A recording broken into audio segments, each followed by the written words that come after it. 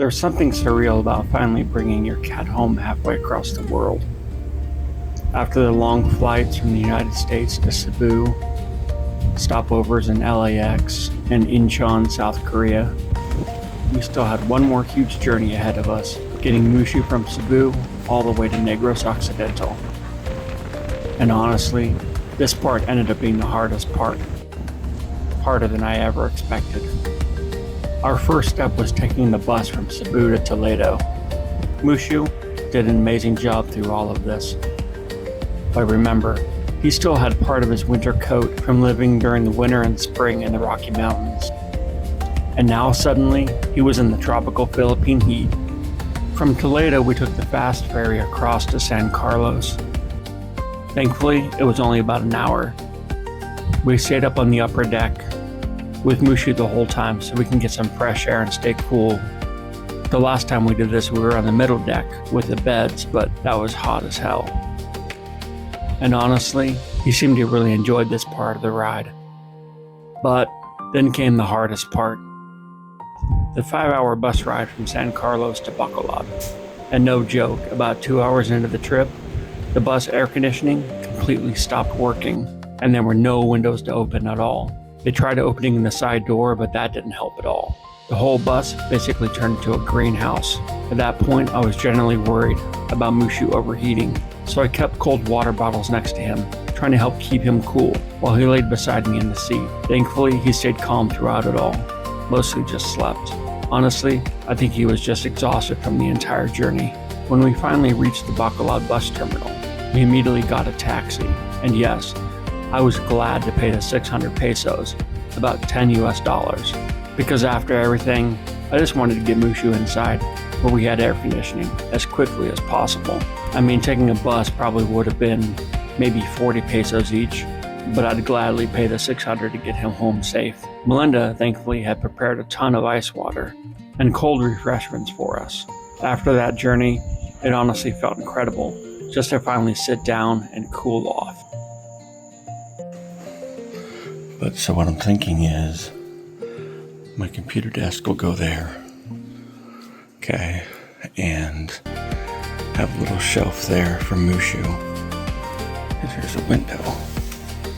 Have a shelf here for Mushu. And then like a little birdhouse out here or something. And then having her desk be here. Yeah. So one thing I want to do like you have, I want the flooring like that you were doing. I'll basically just put it on top of this. This house is a lot smaller than I remember. Here's our old fridge. It's not even plugged in.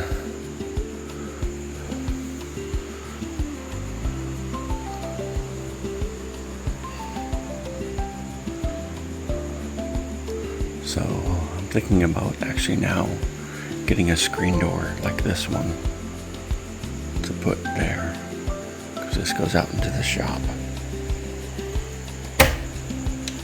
Make sure that she's not following me. I think that's the cabinets, but I need to find my toolbox, which used to be back there. I didn't remember putting a door there.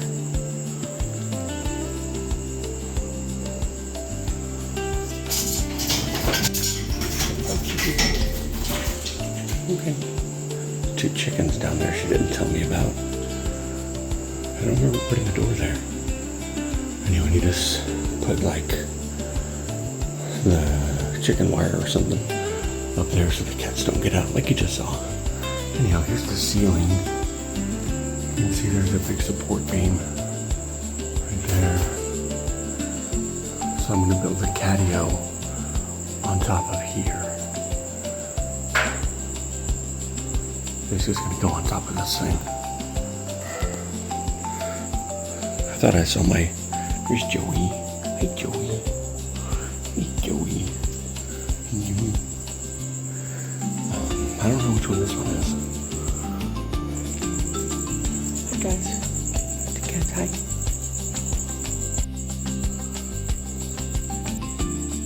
So in the back there is where I plan on building my workshop. I'm going to enclose it with a window and a door. It already has a window up in the top corner, but that'll give me a place to store all my power tools I'm shipping from the US in a Bacolod box, as well as all the stuff I'll buy here. That's going to be a fun project. More videos on that to come.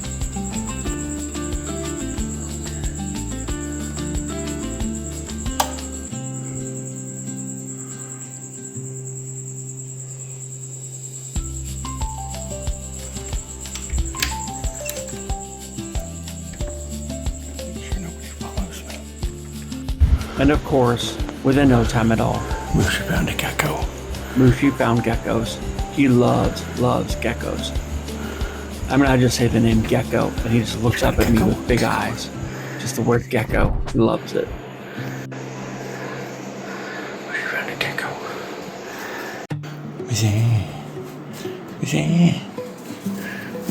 The box.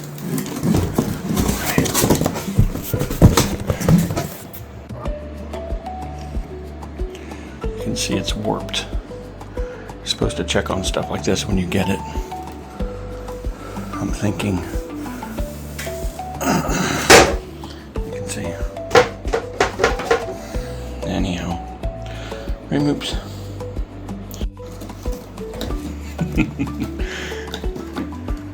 Can't wait till his cat treat gets here.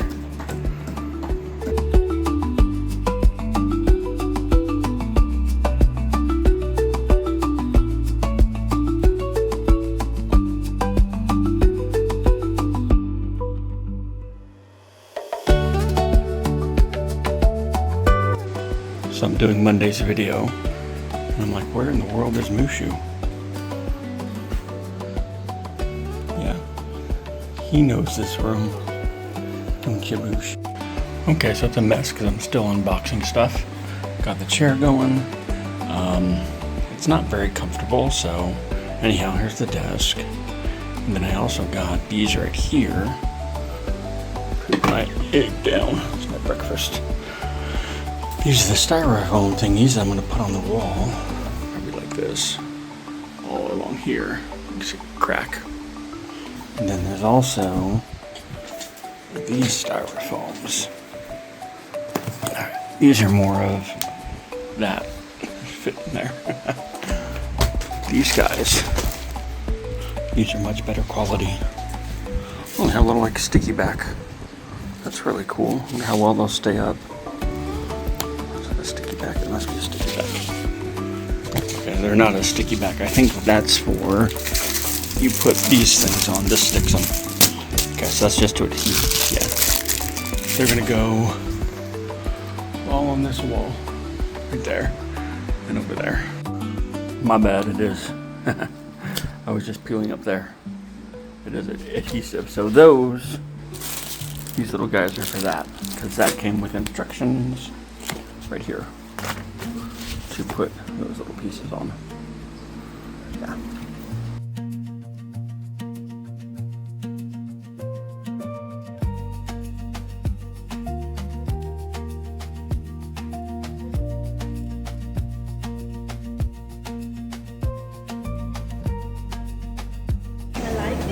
These fish are still alive.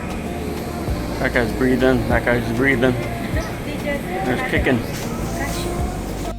This poor guy got a flat tire with all of our... We don't have that much. We got a flat tire, so we're seeing if this guy can take us all the way home. 500. Poor guy. Check these out.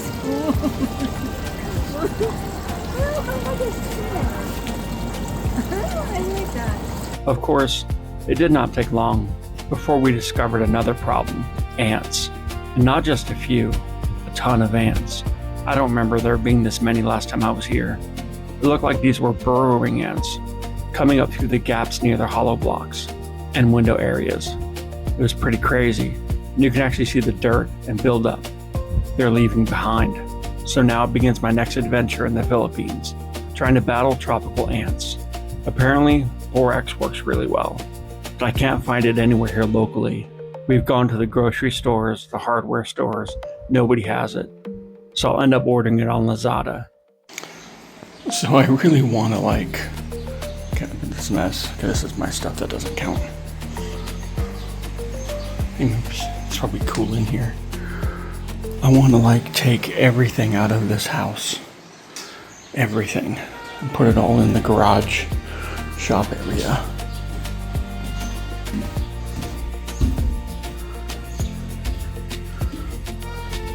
Take all this out. I don't know what. Mushu follows me everywhere. Oops. I'm gonna take all this out. Just take everything out.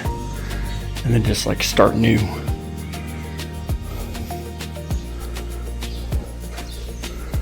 Here's my hey babies. One of the sweetest moments though was Mushu recognizing Joey. Joey's our special needs cat. Last year we had a terrible disease sweep through the whole neighborhood, and sadly, about a third of the local cats and dogs had died. Joey survived. He was normal before that, but since then he's had neurological problems, as you can see in the video. We've had x-rays done, but the doctors say he's perfectly fine. There's nothing they can do. So seeing Mushu gently interacting with him again honestly meant a lot to us. So we're finally here in the Philippines. But honestly, the stress and exhaustion from all that finally caught up with me. Not long after getting home, I ended up spending almost a whole day in the public hospital after throwing up blood. It was crazy, and that experience was something I will never forget. A few years ago, I'd already gone through a traumatic experience involving an endoscopy here, where I was expecting sedation like hospitals in the United States, but instead, several nurses tried physically holding me down while I attempted to force the camera down my throat. After that experience, I promised myself never again. This time in the hospital, they wanted to do another one, and I told them flat out, no, I will not go through that again. But this time the public hospital was difficult in a completely different way. There were no private rooms available, so many of us were outside together, under a covered area, on metal beds, sitting side by side. At one point, they seriously wheeled past a dead body in front of us, in a body bag. Another man nearby struggling to breathe, gasping heavily while receiving oxygen. Children were crying, families worried. The heat during the day was intense, and they only had 3 fans trying to cool everyone. I think there was probably 12 of us. At one point, they tried placing me on a bed that still had blood stains on the floor nearby and even on the bed rails themselves. And in moments like that, you realize very quickly how different life can be in another part of the world. But even through all that, I'm grateful for the nurses at the hospital. I'm grateful to be back home with Melinda, with Mushu, and slowly settling back into life again here. And honestly, after everything, even something as simply as sitting at my computer desk again feels like a blessing. More videos to come, more home improvement videos, shopping videos, exploring videos. Melinda's birthday's coming up. She wants to go to Palawan, but we need someone to stay here and watch over our cat sanctuary. So we'll see what happens. Her birthday is next week. In any event, if you stayed this long, thanks for watching. Sorry it took so long for me to update this. Life has been pretty crazy with the hospital, shopping, getting used to the humidity again, everything. Stay tuned for more, and remember to click that like button. Leave a comment down below. What are some home improvement ideas you've had for your houses here in the Philippines?